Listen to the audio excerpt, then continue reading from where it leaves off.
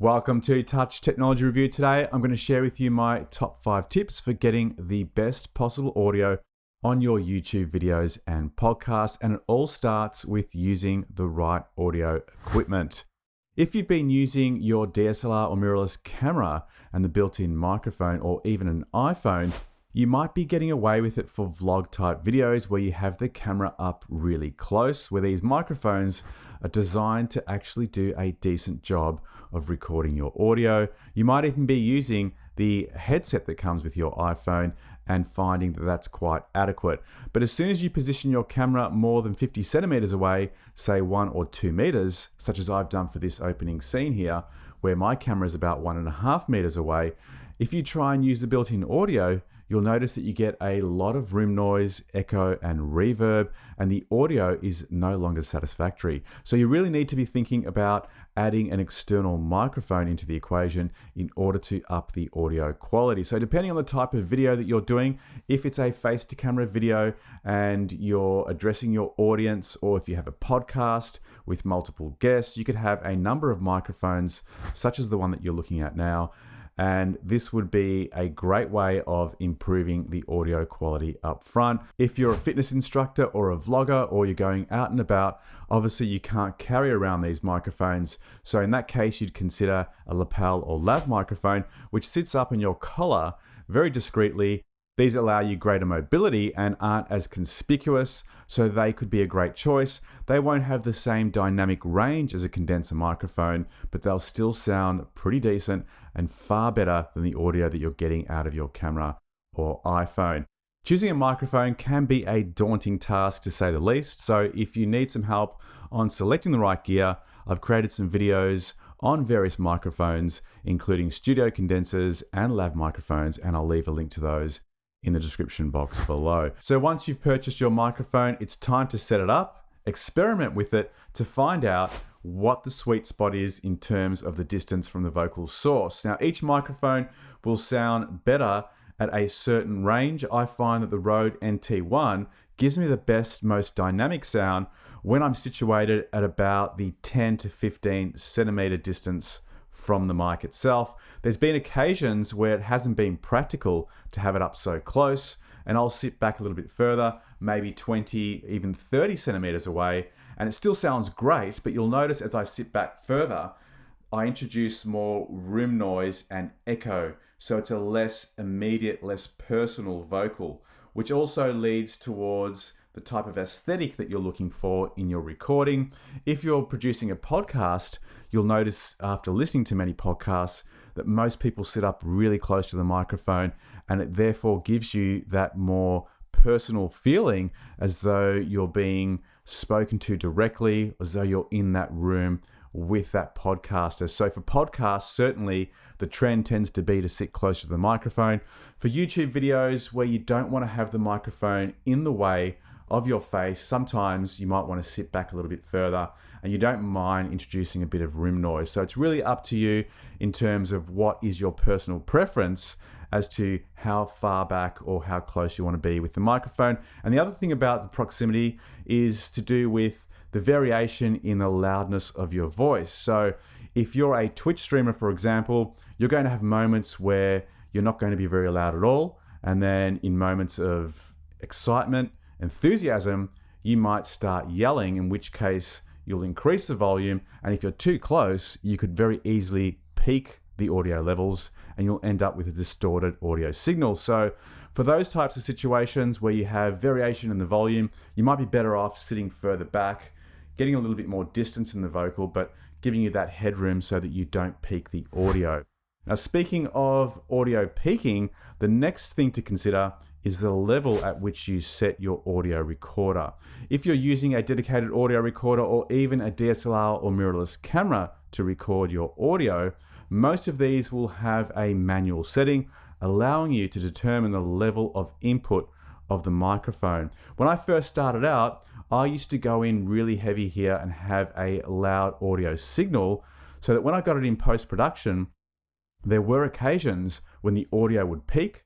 And also I noticed that no matter what I did in terms of post-production effects, it was very difficult to reduce room noise and any sounds that I wanted out of the audio. It was very hard to eliminate them because they had been recorded at such a high level. So lately I've been recording my audio at around -6 to -12 decibels, and I find that this gives me the best audio signal to work with in post-production. Before we get on with the process of mastering our audio, it's important to make sure that you're using a set of headphones to monitor your audio so you can listen to the audio accurately without any bias. If you're using the laptop speakers or the audio on your iPhone or any other device, you're not going to get an accurate representation of how the audio actually sounds. Even if you're using a set of Apple headphones, it won't sound as accurate as the audio coming from a set of studio headphones. I'm using the Sennheiser H280 Pro monitoring headphones, which I really love. These are great reference headphones and they produce an unbiased signal that allows me to really understand what the audio sounds like.